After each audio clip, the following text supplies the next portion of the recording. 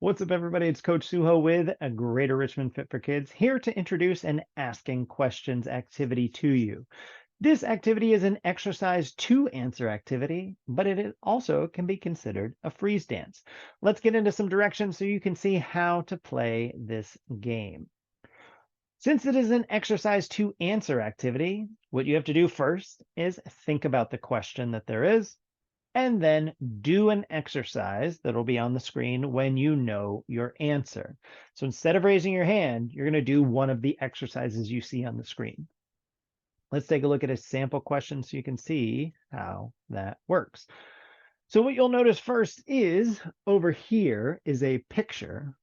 Up at the very, very top, it says, what questions could you ask?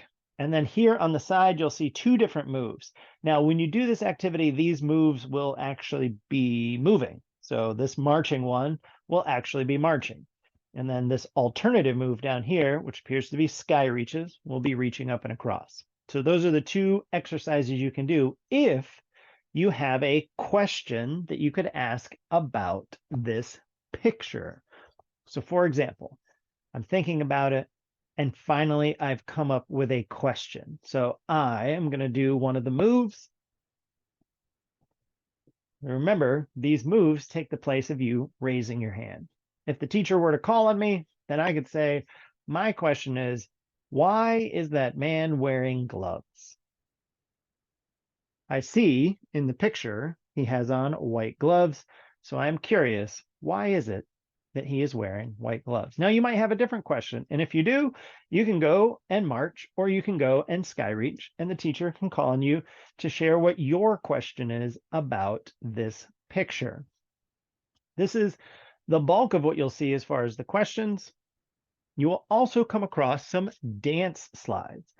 In this, what I like to do is I like to have students who've been working really hard and paying really close attention and giving good answers to vote on which songs we're going to move to.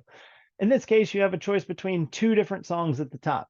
If you'd like song one, you'll hold up one finger. If you want song two, you'll hold up two fingers.